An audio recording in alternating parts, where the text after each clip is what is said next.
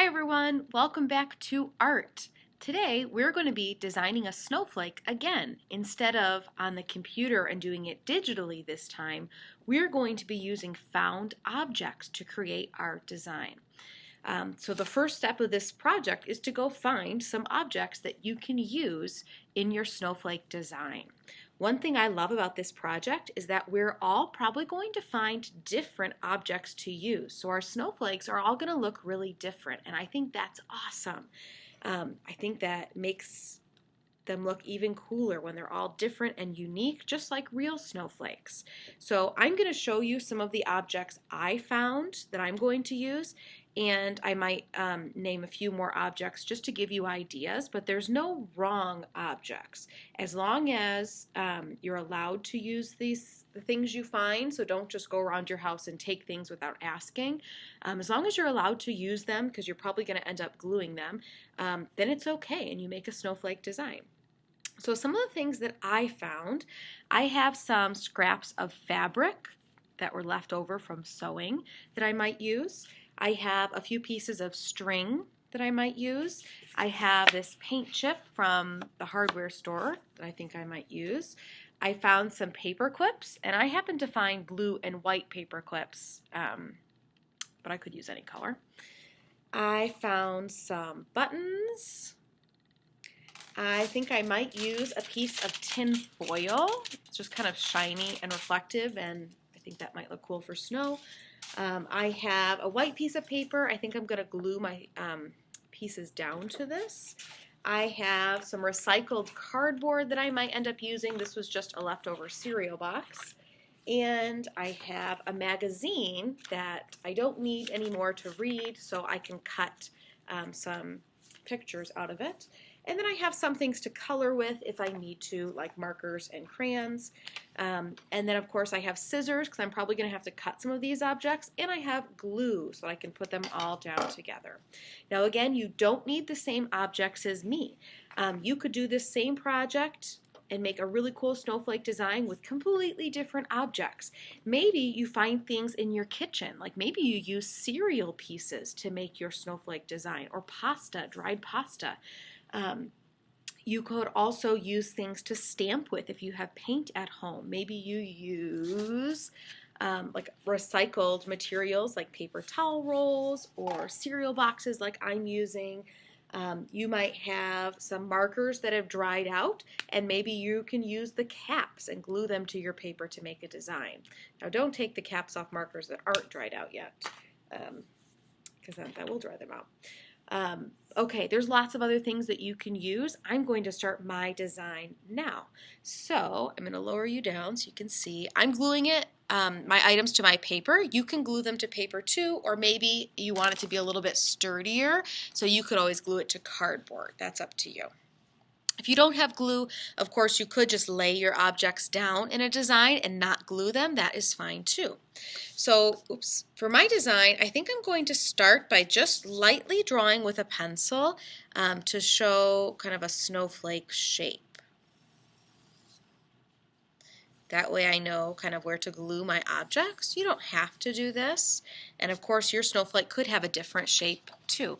I just did kind of the snowflake shape that I see drawn a lot. Now I'm going to start adding things to this. So maybe I'll start, I opened my magazine up to this page that has a lot of blue on it. So I think what I might do, I'm going to rip that page out, I think I might cut some strips of blue out that I could glue down. So I'm going to do that now. Alright, I just cut out, I don't even know what I'm doing with them yet, but I just cut out some thin blue lines, and then I thought it would look cool if I cut out some triangles that were from that shoes. They kind of have this like bumpy texture on them. So I cut a few of those out. So now I guess I will start to glue them onto my paper in my snowflake design.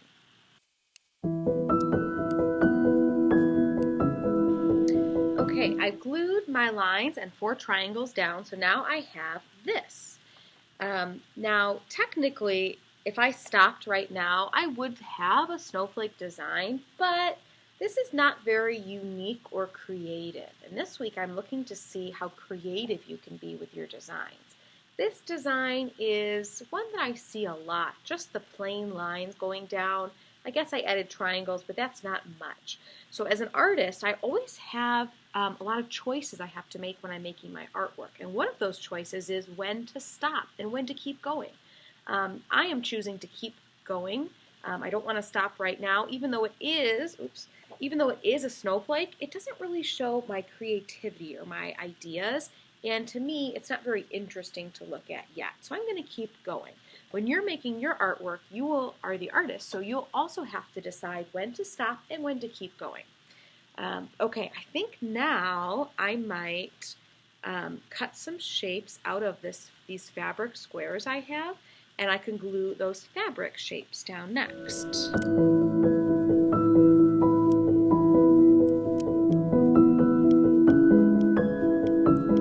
Alright, I've added some fabric shapes. I might choose to add more later since I have other colors.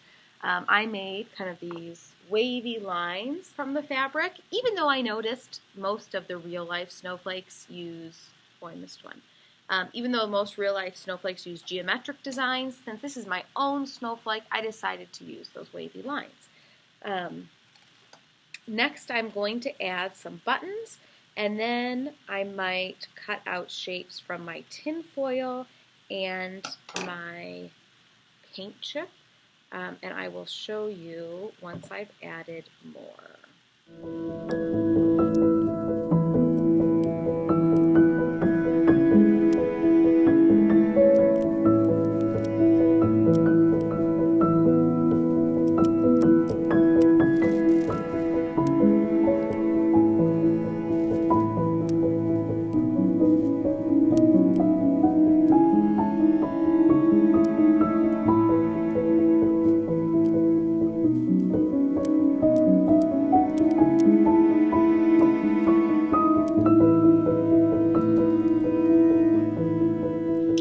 Alright, I think I am done with my snowflake design. I will try and show you here. It's still wet. Here is the design I ended up coming up with. Let me lower you down to point stuff out. I have some objects that are a little more 3D. So let me show you what I did. I took my paper clips and I unbent them, and then I wrapped them around a pencil so they would be this curly line, and then I glued them down. I just took a Sharpie, you might have seen me do this, and I traced around a few objects, and then I added just like some little details on objects that looked bigger and more empty to me, like these diamonds and the button in the middle. I cut pieces of string and I glued them on top of some of those magazine strips I had done. I added some string pieces around the outside.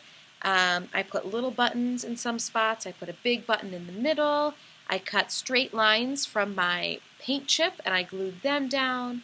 But here is my finished snowflake. I really like my design. I'm happy with what I chose to do as an artist. And that's it for today. So as a reminder, step 1 is to go find some objects. This week we're not just drawing a snowflake. You need to be gluing objects down or laying them down if you don't have glue on a new surface like a piece of paper or cardboard.